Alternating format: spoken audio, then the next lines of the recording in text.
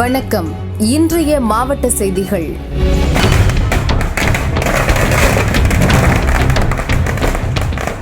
சென்னையில் இளைஞர்கள் மத்தியில் ரோட்டில் மேளதாளம் முழங்க பட்டாசு வெடித்து பிறந்தநாள் கொண்டாடும் மோசமான கலாச்சாரம் உருவாகி வருகிறது. வடசென்னை புதுவண்ணாரப்பேட்டை இளைய தெருவில் இளைஞர்கள் இரவு பிறந்தநாள் கொண்டாட்டத்தில் ஈடுபட்டனர். மாலை போட்டு மேளதாளங்கள் முழங்க நடு ரோட்டில் டான்ஸ் ஆடி டிராபிக் இடையூறை ஏற்படுத்தினர். சரவெடியை கொளுத்தி கையில் வைத்துக் கொண்டு சாட்டையை சுழற்றுவது போல சுழற்றி ஆட்டம் போட்டனர். ரோட்டில் சென்ற வாகன ஓட்டிகள் அச்சத்துடன் கடந்து சென்றனர். புதிய மோகத்தில் அத்துமீறும் இவர்கள் மீது போலீசார் கடும் நடவடிக்கை எடுக்க வேண்டும் என சமூக ஆர்வலர்கள் வலியுறுத்தினர்.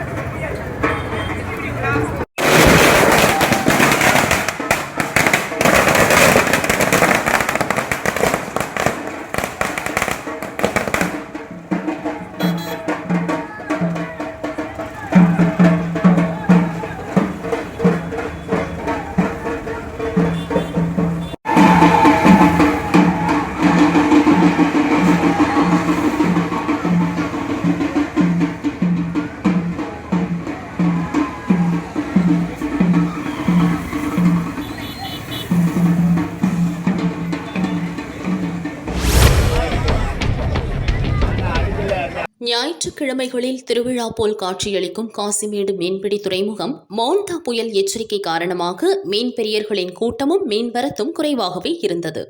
மீன்களின் விலை வஞ்சரம் 1200 முதல் 1500 வரை, கொடுவா 900, தேங்காய் பாறை 900, ஷீலா 700, பால் சுறா 600, சங்கரா 500, தொல்பாறை 500, இறால் 400, நண்டு 300, நவரை 300, பன்னா 300, காணாங்கத்தை 300, கடுமா 300, நெத்திலி 200. மீன் விலை அதிகமாக இருந்ததால் மீன் பிரியர்கள் சிறிய வகை மீன்களையே ஆர்வத்துடன் வாங்கிச் சென்றனர். சிவகங்கை மாவட்டம் காரைக்குடியில் விசிக நிர்வாகி இல்ல விழாவில் விசிக தலைவர் திருமாவளவன் பங்கேற்றார்.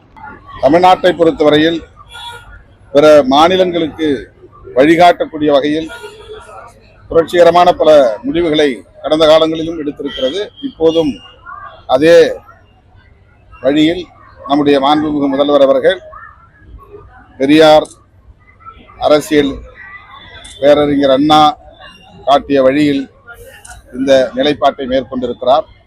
எனவே தமிழ்நாடு பிறருக்கு முன்னோடியாகத்தான் இருந்திருக்கிறது, வழிகாட்டியாக இருந்திருக்கிறது, முன்மாதிரியாக இருந்திருக்கிறது.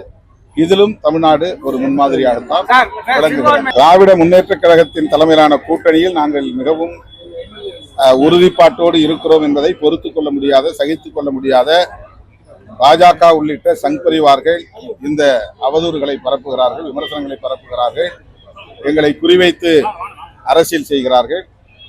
எப்படியாவது திமுகவுக்கும் விடுதலை சிறுத்தைகளுக்கு இடையில் ஒரு விரிசலை ஏற்படுத்திவிட வேண்டும் என்பது அவர்களின் நோக்கமாக இருக்கிறது. ஆனால் அவர்கள் ஏமாந்து போவார்கள்.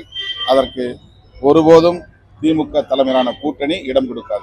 பாஜக இன்னும் கூட்டணியை அமைக்கவில்லை, போராடி கொண்டிருக்கிறது. அதிமுகவே பாஜகவோடு நீடிக்குமா என்பது கேள்விக்குறிதான். ஆகவே அவர்கள் முதலில் ஒரு கூட்டணியை அமைக்கட்டும், அதன் பிறகு கருத்து சொல்லும். அது என்ன தாக்கம் என்பதை தேர்தல் முடிவுக்கு பிறகு நாம் தெரிந்து கொள்வோம். இப்போதைக்கு அவர்கள் திமுக கூட்டணியை எதிர்ப்பதற்கு ஒரு அணியாகவே திரளவில்லை, உதிரிகளாகத்தான் சிதறி கிடக்கிறார்கள் எதிர்க்கட்சிகள். எனவே திமுக கூட்டணிக்கு தாவேகா உள்ளிட்ட கட்சிகளால் எந்த பாதிப்பும் ஏற்படாது. தென்காசி மாவட்டம் சங்கரன்கோவில் குருவிக்குளம் பகுதியை சேர்ந்த ஜான்சன் என்பவருக்கு சொந்தமான விவசாய நிலம் உள்ளது. இன்று காலை அவரது விவசாய நிலத்தில் 50 மயில்கள் இறந்து கிடந்தன. புளியங்குடி வன பாதுகாவலர் ஆறுமுகம், குருவிக்குளம் போலீசார் மற்றும் வருவாய்த்துறையினர் ஆய்வு செய்தனர். உடற்கூறு ஆய்வில் மயில்கள் விஷம் வைத்துக் கொள்ளப்பட்டது தெரிய வந்தது. விசாரணையில் மயில்கள் மக்காச்சோள பயிர்களை நாசம் செய்ததால் விவசாயி ஜான்சன் உணவில் விஷம் கலந்து வைத்தது தெரிய வந்தது. விஷம் கலந்த உணவுகளை மயில்கள் தின்றதால் 50 மயில்கள் பரிதாபமாக உயிரிழந்தது அம்பலமானது. விவசாயி ஜான்சனை கைது செய்த வனத்துறை அதிகாரிகள் விசாரணை நடத்தி வருகின்றனர். ஒரே நேரத்தில் 50க்கும் மேற்பட்ட மயில்களை விவசாயி விஷம் வைத்து கொன்ற சம்பவம் குருவிக்குளம் பகுதியில் பரபரப்பை ஏற்படுத்தியுள்ளது.